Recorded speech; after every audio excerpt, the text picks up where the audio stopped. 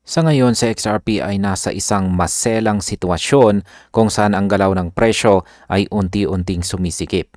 Matapos po ang sunod-sunod na volatility nitong mga nakaraang araw. Bilang isang crypto enthusiast, masasabi ko na ang ganito pong klase ng price behavior ay kadalasang sinyales na may paparating na mas malaking galaw. Hindi takot ang nangingibabaw sa market sentiment, kundi pag-iingat. Ibig sabihin, handa po ang market pero naghihintay ng malinaw na signal. Habang numinipis po ang liquidity, kahit maliit na galaw ay nagiging mahalaga. At tandaan po natin na kapag tahimik po ang market, madalas ay dito po nagsisimula ang mas malalakas na galawan. Kaya para po sa atin bilang mga traders, investors, holders o hodlers, tayo po mismo ang nasa gitna ng kwento na ito. At ayan, ano nga ba ang mensahe ni Zach Rector tungkol sa kasalukuyang pullback ni XRP? Sa isang maikling video na ibinahagi po sa X, nagbigay dito si Zach Rector ng malinaw na update tungkol kay XRP. Ayon sa kanya, ang pagbaba po ng presyo sa loob ng huling 24 hours ay hindi po nakakagulat. Bumaba sa XRP patungo sa bandang $1.85 matapos magbigong mapanatili ang mas mataas na antas. Ibinahagi rin niya na ang kanyang buy order ay na-fill sa $1.91. Ibig sabihin ang galaw po ng presyo ay pasok sa inaasahang trading range.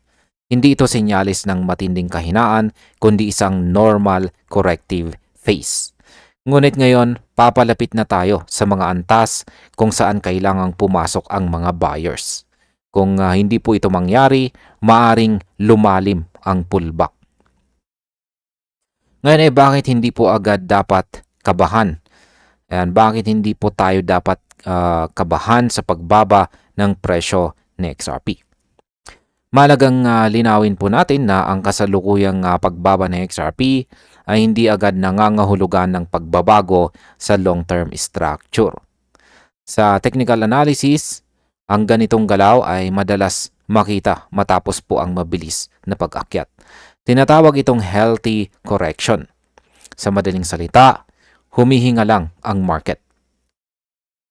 Ngunit ang problema ay kapag wala pong sapat na buyers sa tamang antas.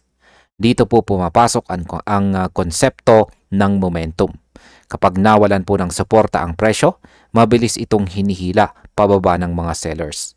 Kaya ngayon, critical po ang papel ng demand.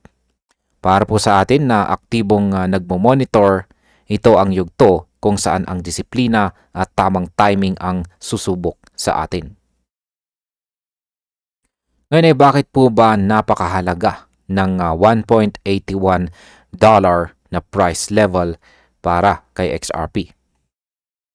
Ayon po kay Zach Rector, ang $1.81 ay isang napakahalagang support zone.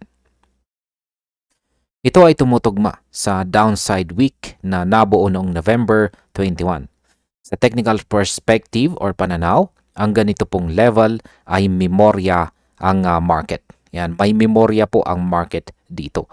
Kapag bumalik dito ang presyo, madalas ay may reaction. Kapag napanatili po ni XRP ang antas na ito, sinyalis ito na humihina na ang mga sellers. Ngunit kung mababasag po ito, maaaring magkaroon ng mas malalim na liquidity sweep.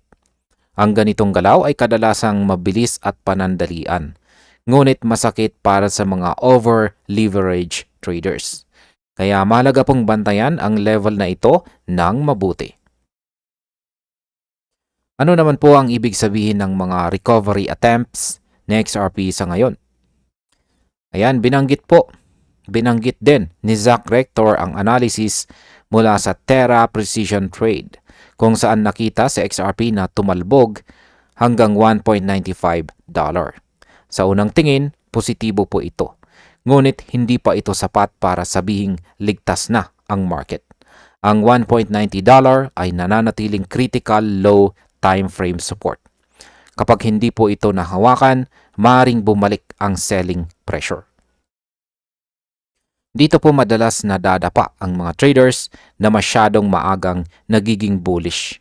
Kahit may short-term rally, possible pa ring magkaroon ng panibagong pagbaba. Kaya sa puntong ito, ang pasensya ang pinaka-importanting sandata. Hindi lahat ng bounce ay tunay na reversal. Ngayon ay paano po ba naapektuhan sa XRP ng galaw ni Bitcoin? Hindi po maaaring pag-usapan sa XRP nang hindi po binabanggit si Bitcoin.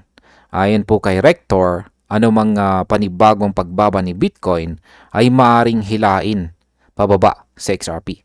Ito po ang tinatawag na intermarket correlation. Kapag nanghina ang market leader, nadadamay ang mga altcoins. Sa kasalukuyan, sapat na po ang isang maliit na dip kay Bitcoin para matrigger ang panibagong sweep sa ilalim ng $1.90. Ito ang dahilan kung bakit napakaingat ng mga traders ngayon. Hindi lang chart ni XRP ang binabantayan, kundi pati ang kabuoang market. Para po sa atin, malinaw ang mensahe. Hindi hiwalay ang galaw ng XRP sa mas malaking larawan. Ano naman po ang papel ng interest rates sa kasalukuyang galaw ng market? Bukod po sa technical factors, binigyang diin din ni Zach Rector ang paparating na interest rate decision. Ilang araw na lang ang natitira bago ito mangyari. Sa ganitong mga panahon, nagiging mas volatile ang market. Ang mga institutional players ay nagiging maingat. Ang risk appetite ay pansamantalang humihina. Dahil dito, inaasahan ang choppy price action. Para kay XRP, ibig sabihin nito ay posibleng manatili ang uncertainty. Walang malinaw na direksyon hanggang luminaw ang macro picture. Kaya kung ikaw ay nagtitrade, mas mahalaga ngayon ang risk management kaysa sa kita. At bilang panghuli ay ano naman po ang aking masasabi tungkol dito? Sa aking pananaw, ang nangyayari kay XRP ay isa pong klasikong waiting game. Ang market ay naghahanap po ng kumpirmasyon. Ang $1.81 hanggang $1.90 na range ang magiging battleground ng mga buyers at saka sellers. Kapag napatunayan ang support, maaaring mag-stabilize ang presyo. Kapag hindi, posibleng magkaroon ng isang huling shakeout bago malinaw ang direksyon. Para po sa atin na bahagi ng market, mahalagang manatiling kalmado. Ang ganito pong yugto ay hindi para sa emosyonal na desisyon. Sa halip ito ay panahon ng obserbasyon at disiplina. Tandaan po natin, ang market ay palaging nagbibigay ng pagkakataon sa handang maghintay. At ayun, hanggang dito na lamang po tayo sa video na ito mga ka-crypto. Maraming salamat sa panonood.